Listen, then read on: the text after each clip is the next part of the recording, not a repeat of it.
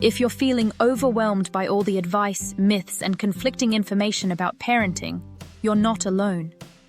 Today we're diving deep into Cribsheet by Emily Oster, a book that takes a data-driven approach to some of the biggest parenting decisions you'll face in the first few years of your child's life.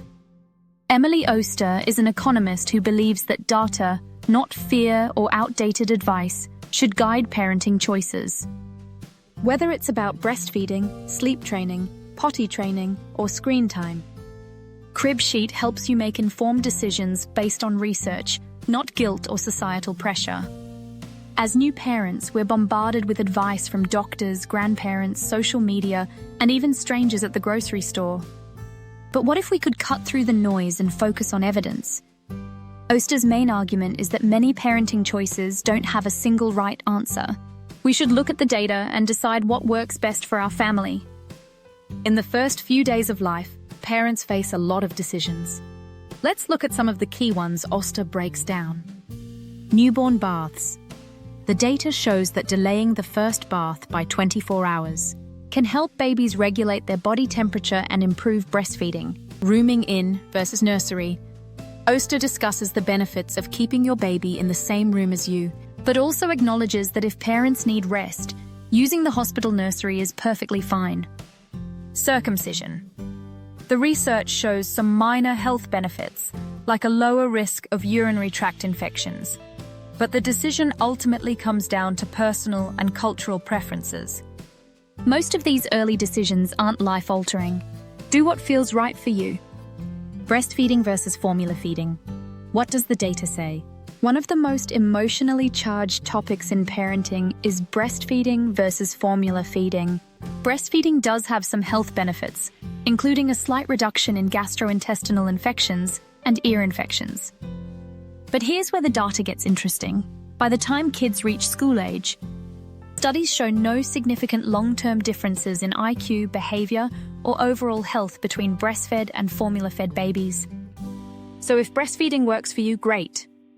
But if it's causing stress or isn't an option, formula feeding is a completely valid choice. The most important thing is that your baby is fed and thriving. Sleep. Finding a strategy that works for your family. Sleep is a huge challenge for new parents. Co-sleeping.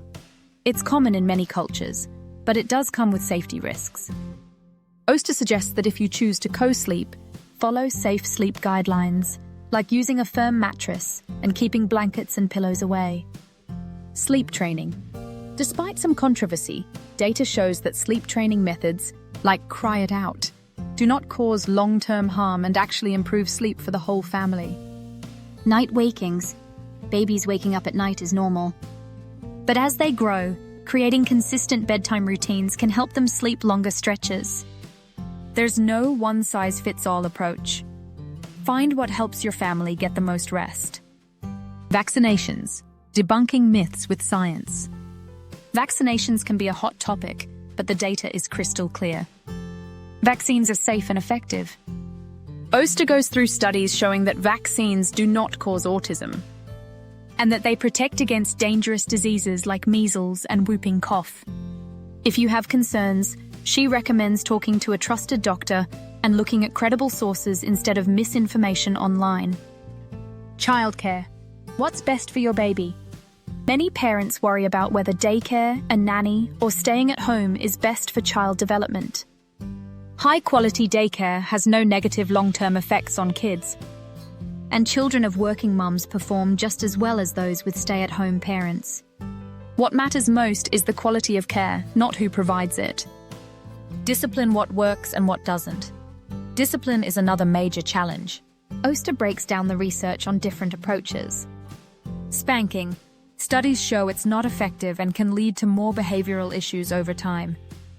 Timeouts. If done correctly, brief and calm, not punitive, timeouts can help kids regulate emotions.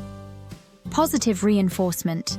Encouraging good behavior rather than punishing bad behavior is the most effective discipline strategy. Potty training. What's the right age? The research suggests that potty training readiness varies. Some kids are ready at 18 months, while others aren't until 3. The key is watching for signs of readiness rather than rushing the process. Screen time. How much is too much? The American Academy of Pediatrics recommends limiting screen time. But Oster points out that moderate, high-quality screen time isn't harmful if it doesn't replace physical activity or social interaction. The key? Balance. Ultimately, Cribsheet teaches us that many parenting decisions don't have a single right answer. The best thing you can do? Trust yourself. Make informed decisions that work for your family and don't stress over small choices. Parenting books are guides. See if Cribsheet resonates with you. If you found this helpful, like and subscribe for more parenting advice. And remember, you're doing great. Thanks for watching.